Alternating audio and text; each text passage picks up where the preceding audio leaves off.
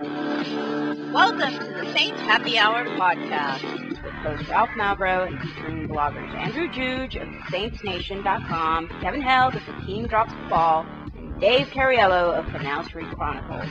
This podcast is nothing but serious football talk and hardcore analysis.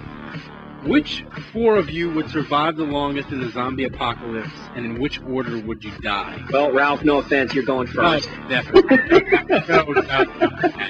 The zombies would smell Dave's sugar blood and target him.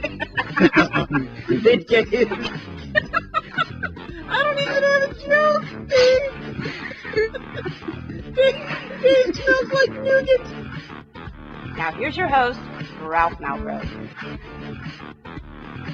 All right, welcome to a special edition of Saints Happy Hour podcast. This is a special edition because of the people that donated. We said we'd give you the Saints Drunk History and a special draft episode. So we're joined by Galko of Optimum Scouting. Please remember to like us on Facebook, follow us on Facebook, follow us on Twitter, and go to our new YouTube channel. Just search Saints Happy Hour podcast. You can find us. It's great. We wanted to have Galko from Optimum Scouting. Thanks, Eric, for joining us. One of the reasons we wanted to have you on is because last year you were awesome, but you had some just phenomenal Saints insights that I don't think other draft analysts have. I don't know if you're plugged into the Saints, if because I know your service NFL teams talk to you. I don't know if you're plugged in or you just have a great feel for the Saints. But last year you were really high on Ramcyzk, and you thought it was a possibility that if things worked out right, he could be a guy the Saints would take. They did. And this year on your great podcast, you have Scanning the Field, you talked about Lamar Jackson to the Saints, and that's where I want to start. Your thoughts on him and why you think he might be a good fit for the Saints, and what exactly do you think would have to happen for him to become a Saint? I guess let's start there. Right. I think more importantly this time of year, I mean, we like you mentioned, and I appreciate the introduction. Appreciate you guys having me on again. You know, we work with NFL teams. We talk with NFL teams all the time too. And this time of year, it's less about trying to make sense of what teams might do and just getting a feel for what their thought process is. Because especially, you know, in the first round of the NFL draft, teams have an idea of what kind of scheme they want to run and how they want to kind of build for the future. But teams are malleable based on the talent they see and the talent they can get.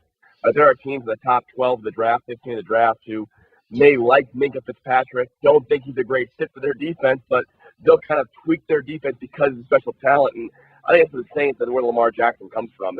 It's less about how he fits in their offense. It's more about, hey, he's a special talent and we'll make him work. But, you know, I've been told around the league is that Lamar Jackson, the Saints, is the most obvious connection. They have the most clear value of him. They like him the most of all the teams I've talked to and any team I know of. And there's certainly other teams that like him a lot. Arizona Cardinals and Seattle Seahawks are two teams that have also expressed substantial interest in considering him in round one. But the Saints make a lot of sense. A year ago, they wanted Patrick Mahomes. They decided to stay put and not draft a quarterback because Pat Mahomes got taken ahead of them.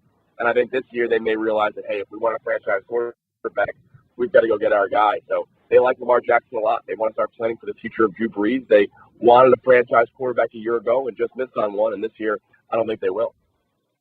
Eric, so Sean Payton had some interesting comments in the news recently where he kind of said that he was not very envious of the teams picking at the top end of this draft because there's really 5 quarterbacks that are being talked about as possible first-round draft picks. And if you look at the mocks, I mean, there's some that have all 5 of them gone by pick 15.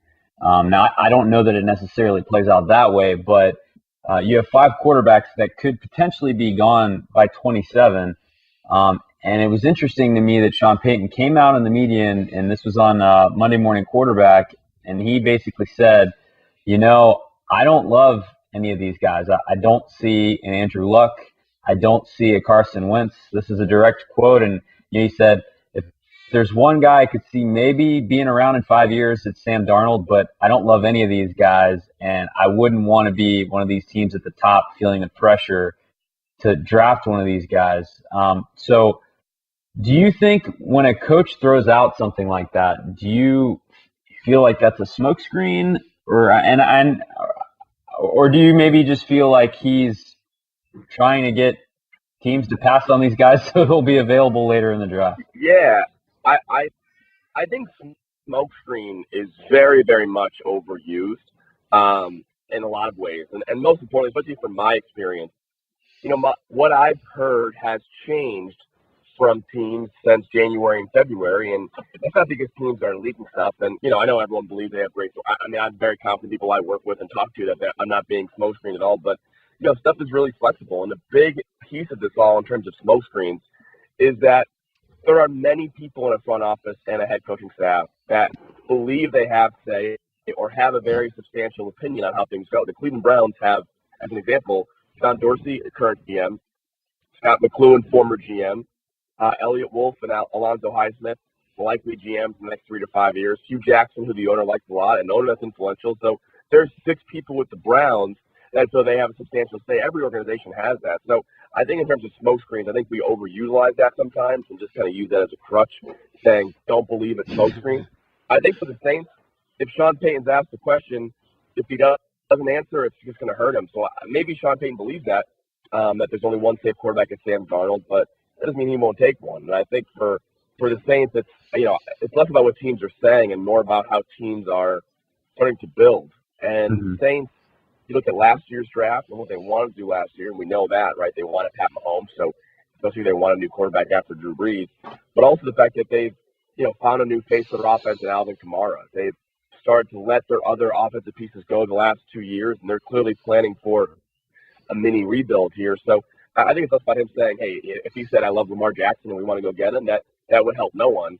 But him not saying that necessarily isn't a smoke screen. It's more of him just saying, you know what, I think Sam Darnold's really good. And, picking atop the draft is tough because a lot of pressure. But it doesn't mean Sean Payton won't get a quarterback. So I don't put a lot of stock in what coaches say in public because, just like the NFL Combine and those interviews, like, you can't judge people saying in the media in public because it's all planned and structured. Eric, the one thing that was interesting last year with the Saints is they needed a corner before the draft, and they brought in Malcolm Butler. They had the contract worked out, but they didn't budge on the compensation with New England because part of the reason was they said, look, we love this draft. We think it's deep, 80 to 100 players. We are not giving you a top pick for Malcolm Butler because we love this draft. And they were obviously right, and they had their board set, and it worked out great. But as you look at this draft overall, when you compare it to last year or the year prior, how does it stack up as far as the top 60 to 100 guys compared to previous drafts that you've scouted and rated? Oh, I mean, that's kind of tough to say 60 or 80. I think this draft class, in terms of how teams view these guys, Saquon Barkley and Bradley Chubb are 2 special rated players by most teams. And, I talked to one team today that only thinks Barkley's that special non-quarterback. Some teams think it's Barkley and Chubb. But, having 2 franchise-changing non-quarterbacks means a lot.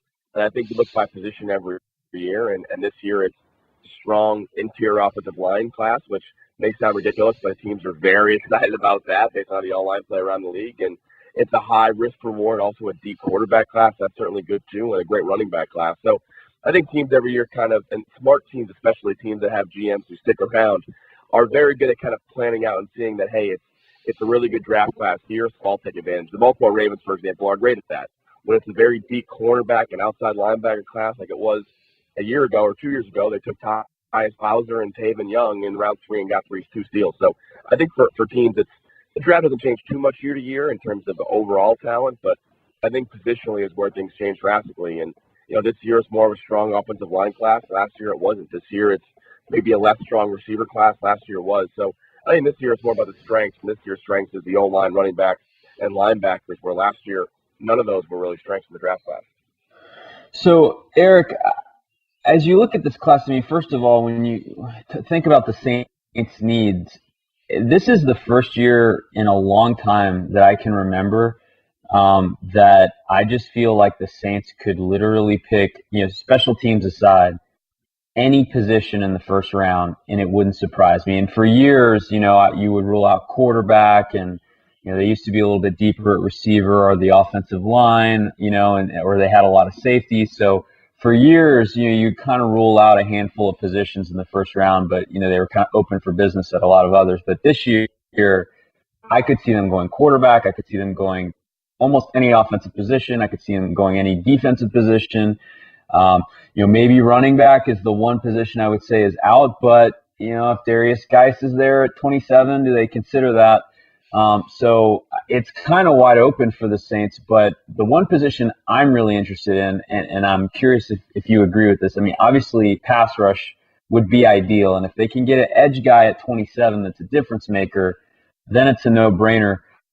I just don't think at 27 you can get that. And so I guess a two-pronged question, first of all, do you agree with that statement? And then secondly, if they can't get a pass rusher, then I start to think it might be tight end. And so that's where I start to wonder about really the top three guys and how you feel about them. And I like Goddard a lot. That's a guy that I wonder, do you think for a small school guy, is he too high at 27?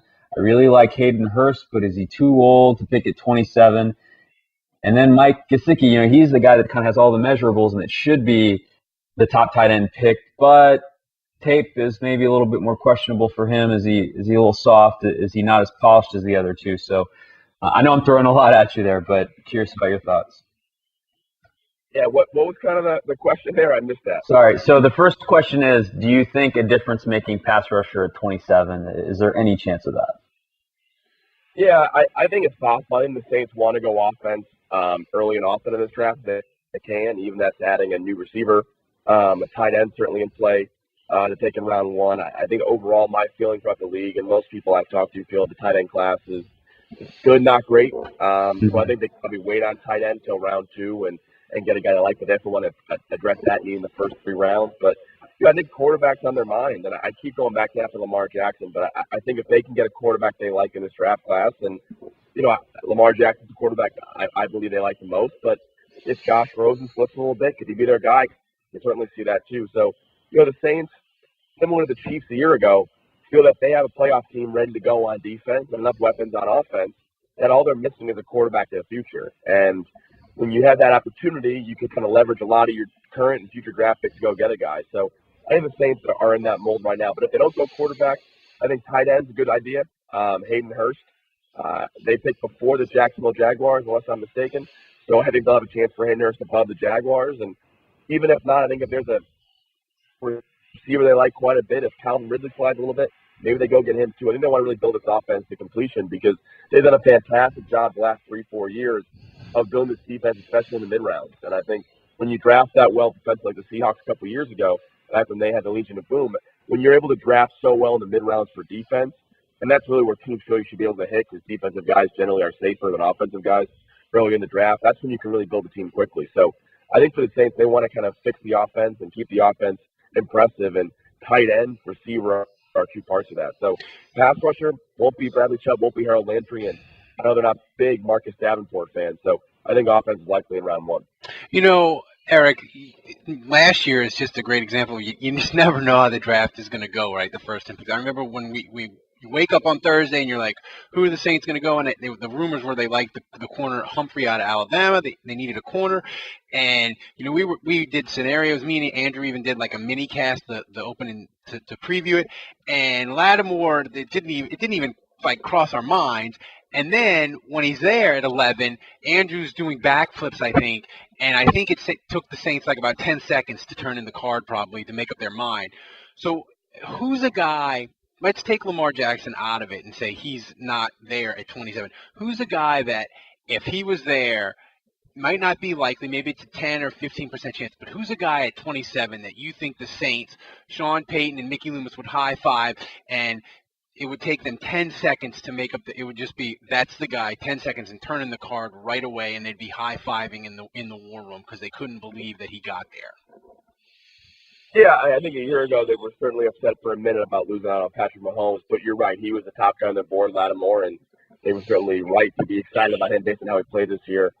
I think going back to pass rusher, that's a great point. I think if Harold Landry slips, I don't believe he will, but there's certainly a chance he could, and that'd be the guy they'd be excited for. And even if they move up a few spots to go get him, maybe above the Tennessee Titans and Carolina Panthers in the 20s there, that'd be a good move. I think he's a guy that you add into that already talented defense, and the best thing to get for a good secondary is a good pass rush. It makes everything better and able to force turnovers more often. So I think Harold Landry is that guy that I don't think he's going to be there, but he'll be there in the teens.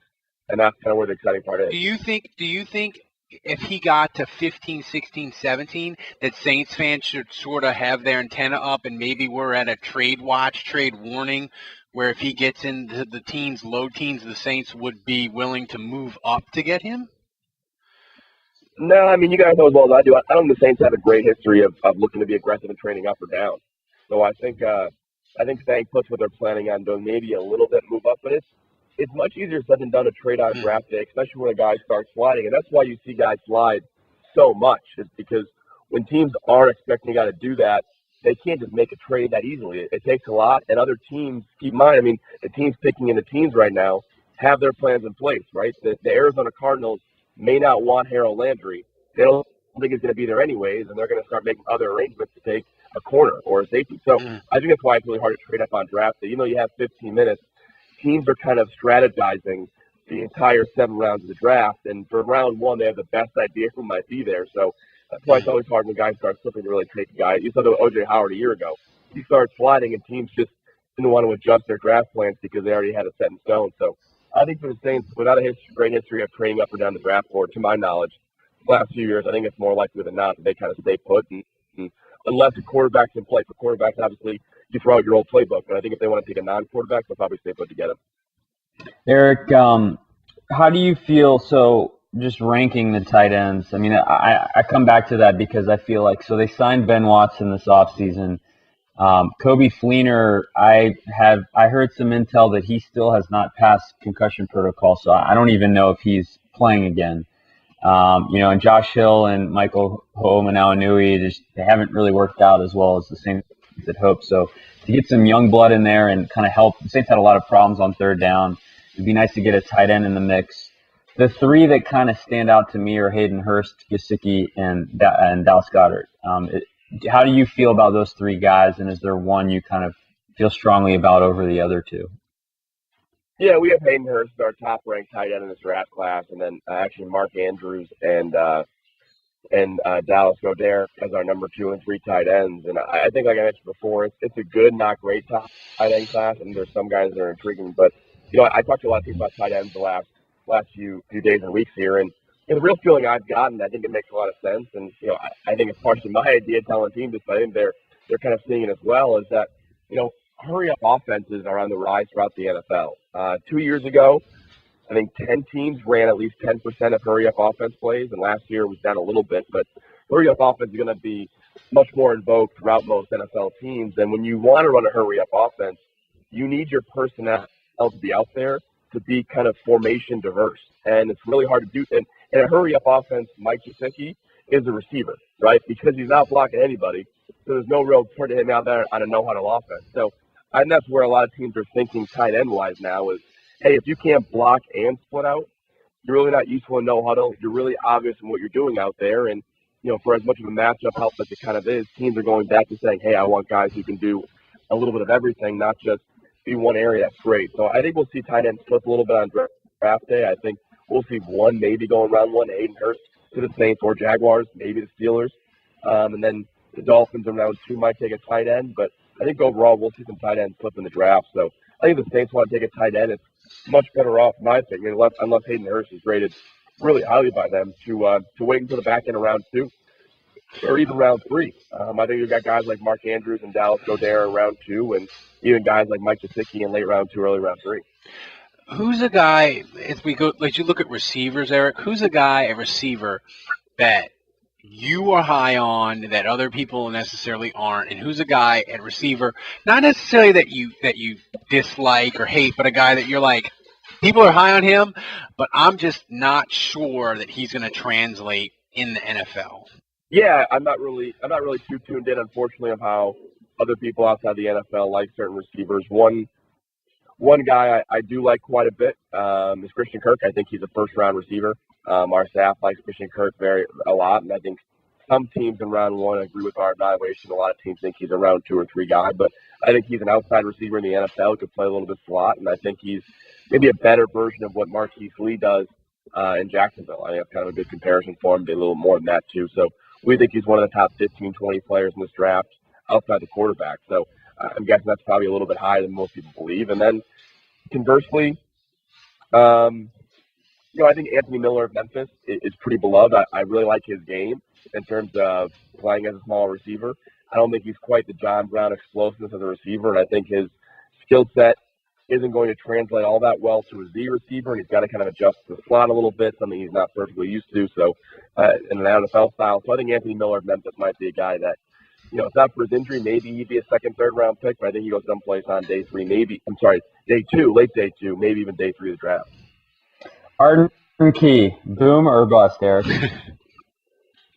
Yeah, he's probably Randy Gregory. So I'll say bust. I think that's kind of what it should be. He's not, Randy Gregory, I think, looking back the last 5 years or so, Randy Gregory is one of the worst character guys I've ever seen come out of the draft in terms of being a high pick and value in some way. Truly like not a great person. So I think Arden Key's not that.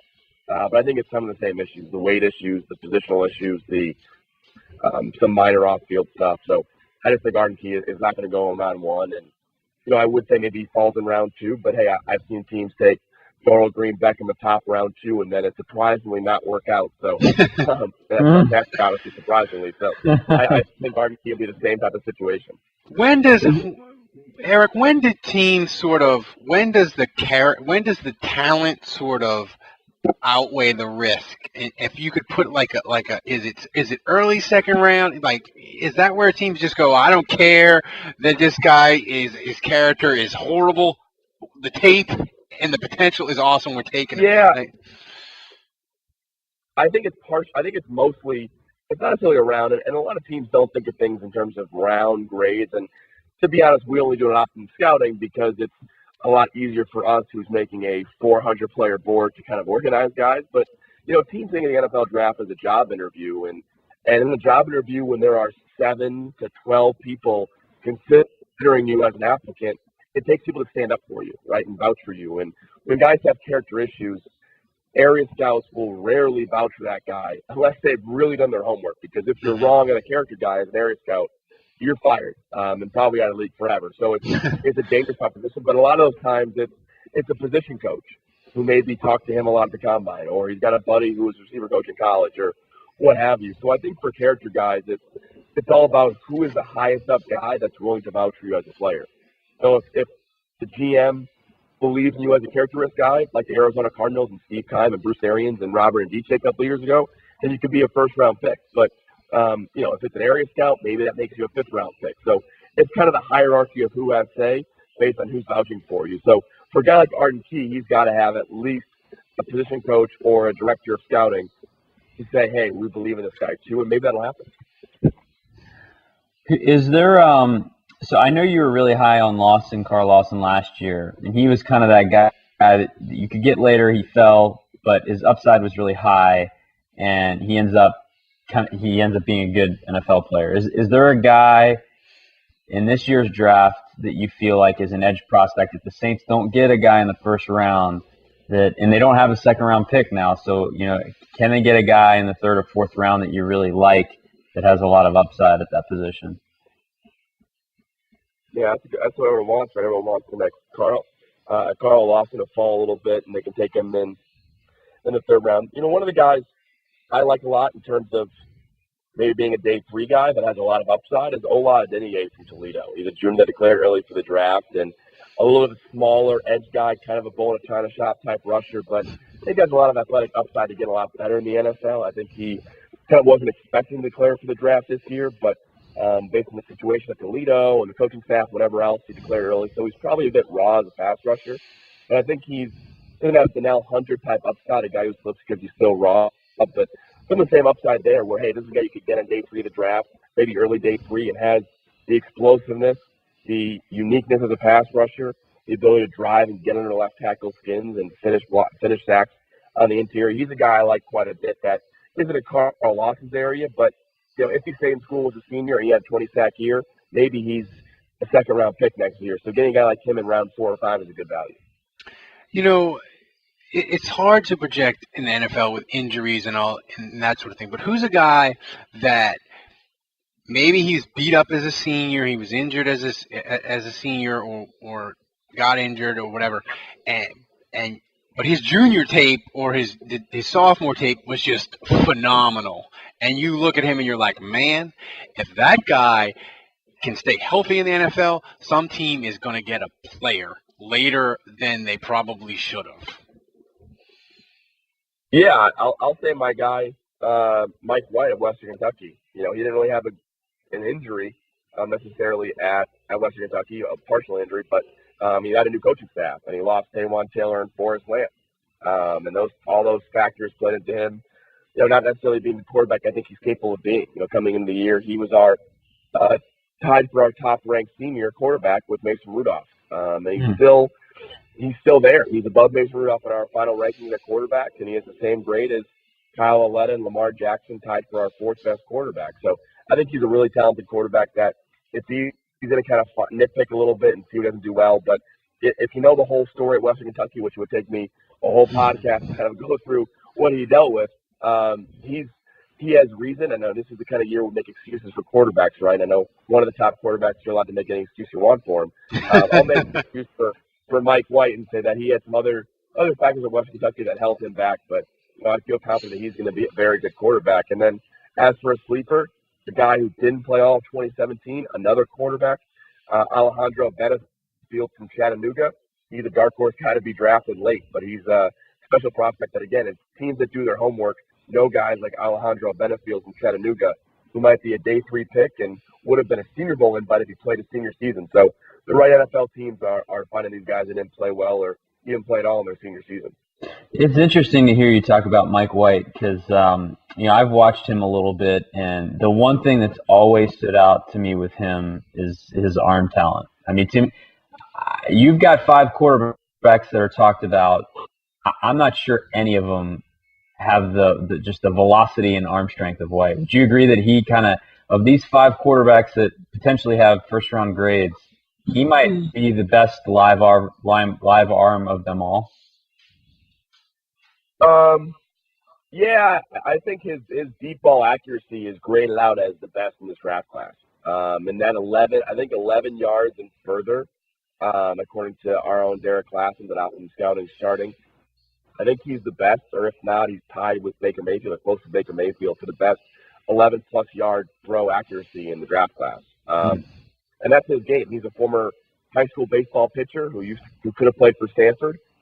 He's got the arm talent to throw out there, but he's really gifted when he's able to be confident and just stand in the pocket or adjust up to the pocket and attack downfield. That's where he's best at. And I think he was underutilized there as a senior for a couple reasons. But that's why you look at that junior film, you look at Taywan Taylor, you look at him kind of being the gunslinger that he wants to be, but also finishing downfield passes. That's where he's best at. And I think a lot of teams that like to attack downfield, have a lot of receiver weapons, are going to take him early. I think he's a 3rd-round pick and ends up being this year's draft Kirk Cousins. Eric, as you look at the draft, we always try to figure, not necessarily, you can't guess how it's going to go, but you can look at sort of certain teams and try to see what they do.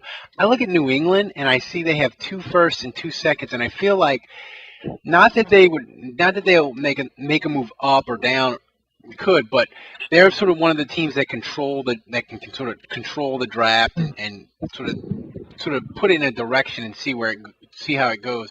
Who's another team that you look at that whether whoever they pick or if they trade up really kind of changes the direction of the draft? I felt like the Bears did it last year when everybody's like, wow, they went up and got Trubisky. It was one spot, and and then all the receivers went, and it sort of went one way that maybe we didn't think it was going to go. Who are some teams that, like, how they draft will affect how the first round sort of goes? Yeah, it's all going to start with the Buffalo Bills. And the Buffalo Bills, since I think I reported this back in October or November, they want a quarterback even back then.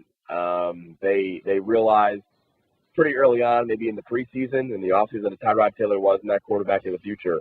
And they've done their homework on Josh Allen and Josh Rosen in particular. So I think they know and they feel they're a playoff team next year no matter what. And they feel, again, like the Kansas City Chiefs, hey, we're ready to go. We just need a quarterback in the future. Let's do whatever we have to do to go get a guy. And I think that's what their feeling is right now. So do they move up to 2 overall with the New York Giants, where they have, some of their people in the front office and coaching staff have ties to Dave Gettleman? Do they wait until the 4th overall pick and trade with the Browns? Do they stay put at 11 or up to 12 and hope Josh Rosen falls there? Do they move up to 6 with the Colts who want to move down, the 49ers at 9? So I think the Bills control a lot because they are willing to throw around a lot of draft pick assets to get a quarterback. So I think the draft starts with them in a lot of ways too. But, the top 10 picks, the Broncos have shown interest in trading down. The Colts have potential in trading down. The 49ers at 9 have interest in trading down. So do you think the price for trading down might be a little lower than normal because of that with all the teams? No, I don't think it's – I mean, this draft class has 2 special non-quarterbacks, and that's Bradley Chubb and Saquon Barkley. And probably has about, depending on who you ask, between 3 and 6 special players. So, it's really easy to say just trade down too. But, let's say you're the Cleveland Browns at 4, and you can get Bradley Chubb. Or you can move down with the Bills and get 12 and 22 and a 3rd-round pick. Well, there's a very, very good chance that the 12th overall pick, the 22nd overall pick, and the 3rd-round pick aren't going to be that good and aren't be as valuable as Bradley Chubb is right now. So I think it's very easy to say trade down, get more picks. But when you're in the top 7 or 8 in what teams perceive as a 4 or 5 player draft plus quarterback, it's really hard to move down in general. Yeah, the reason why I asked that is because last year me and Andrew were high-fiving as the quarterbacks and all these sort of surprise, maybe wide receiver picks were going. We're high-fiving as the Saints need defense, and it's falling exactly right. So basically, that's what I'm trying to figure out is how sort of you think it will. Do you think it will fall sort of in the Saints' advantage, where at 27 they'll be sitting maybe as pretty as they were last year, where maybe not that good, where Lattimore just fell to him. But how do you think it will fall to bear, where it will be good for them or bad for them? Yeah, I think for the Saints, if they want Lamar Jackson, they want the quarterbacks to fall a little bit, right? They want the Giants to not move out of the quarterbacks because the earlier quarterbacks go, the next team that throws in the quarterback knows they have to move up, right? And I think we saw a year ago, the Chiefs moved up for Pat Mahomes, and the Texans said, hey, we're not waiting. We're going to move up too to get a quarterback. So I think that's kind of the feeling that if you're a Saints fan, you want Lamar Jackson, you want the quarterbacks to go as late as possible. That shows the teams aren't loving the quarterbacks. And the longer Josh Rosen slips, he's probably to go ahead of Lamar Jackson. The better news for that. So I think for the Saints, it's letting the quarterbacks fall. And the more, again, the Saints aren't going to get a top player in this draft class in terms of one of the top 7 or 8 talents. But, if they want to wait on a tight end, they're going to have their pick at 27. If they want to wait on a receiver, they'll have one of their best players there at 27 as well. So I think for the Saints, it's more about being patient, which they're very, very good at, but knowing that if they want Lamar Jackson, kind of reading the table a little bit and seeing where they have to go. And I think if they really want Lamar Jackson and they want to be safe, they probably have to get inside the top 14 picks to get him. All right, Eric. Well, so first of all, I love your answer about the Bills, and I'm going to be watching them closely now. Now that we've had this conversation, I can't wait to see what they do during the draft. But I'm going to put you on the spot here. I don't know if you do the mocks at all, but 27th overall, let's say the Saints stay put. Give me one name. Who do you think they're taking? If it's not Lamar Jackson, I think it'll be Hayden Hurst, South Carolina tight end. All right, I like that. I like that too. Yep. Eric, people need to listen to your Scan the Field podcast. It's amazing. And I sort of, Andrew will admit, I fluctuate on Lamar Jackson. I liked him. I didn't like him. I watched the YouTube clips, and then I get excited again. You were talking about him with Kamara and the read option, and I was just like, wow, that can be really fun. So I guess my final thought, because we focused on him a lot, is what do you think is going to be his one thing that he's got to get better, and if the Saints take him, he's got to fix, or he's not going to make it as a top NFL quarterback? Yeah, I like that question a lot, too. I think I mentioned it, and I appreciate you on the podcast. I appreciate that. And the podcast ends up being, when I have time to do it, my chance to just spill my guts on what I've heard, and hopefully you can listen to it and get some good intel there, because it's generally just, that's one area where I don't write stuff down. I just kind of say what I've heard. But I think for Lamar, for all quarterbacks, it's really important. I ask all of our area scouts to do this all the time, and they hate it. But it's, hey, if they like a guy, hey, tell me why he's going to fail in 3 years. What would have gone wrong as a player? And if they don't like a guy, why will he have succeeded, right? So our West Coast scout, hey, why is Josh Allen going to be great in the NFL? I know you don't think he's going to be great, but why will it happen? So I think for Lamar, why it won't work is if he continues, I think, to take the easy throws for granted. I think that's one of the frustrating parts of Lamar Jackson, and you can watch the North Carolina game of this year and see every reason why he could be a special, special quarterback. But if you watch the NC State game, or there's one game in particular, where when things get a little tough, he rushes short throws, he makes things harder than they have to be sometimes. And as an NFL quarterback, the easy throws are averagely hard, right? They're kind of hard. And the hard throws are near impossible. And when you can't make the easy throws in college, when you rush your footwork, when you miss delayed drag routes, when you miss open reads on the interior to make plays harder, and there's Bradley Chubbs or Kentavious Streets coming off the edge every play, that's when you're going to struggle. So I think if you watch the NC State game, you see kind of the path to him really struggling. There's always going to be great plays, just like there was for Vince Young early in his career too. But if you keep missing the easy throws, that's where the concerns come from. So I think Lamar can get there. He's a very smart kid. He's a guy who I think has adapted a lot this past season at Louisville. But the easy throws get harder in the NFL, and the harder throws get near impossible. And he can still make those impossible throws because he's that talented. But when the easy stuff is missed in college, that's always a worry. Eric, thanks, guy, for joining us. People, go to Optimum Scouting. He's got the draft book. It's my favorite, and I can swear on that because we've had him twice. We've had him back-to-back years. We've only had one guy in draft analyst on the podcast back-to-back years. It's Eric Galko. So, Eric, I appreciate you giving us the time tonight. I think you can buy his draft guide for $14.99. Is that right, Eric? That is correct, at OptimumScouting.com. Yeah, so I've done that a couple times, and I will tell you, last year he was very high on Ramczyk. He was very high on Lattimore.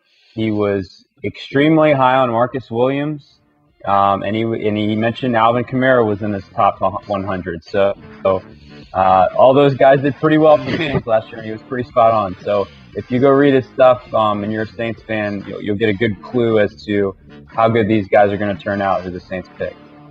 Yeah, I appreciate it, guys. And again, thank you. I'm glad the Saints had such a good draft a year ago, and hopefully you guys either get Lamar Jackson if that's what you want for draft Christmas, or really did a good draft like a year ago. But I really appreciate you guys having me on. All right. Thanks, Eric. Thank you.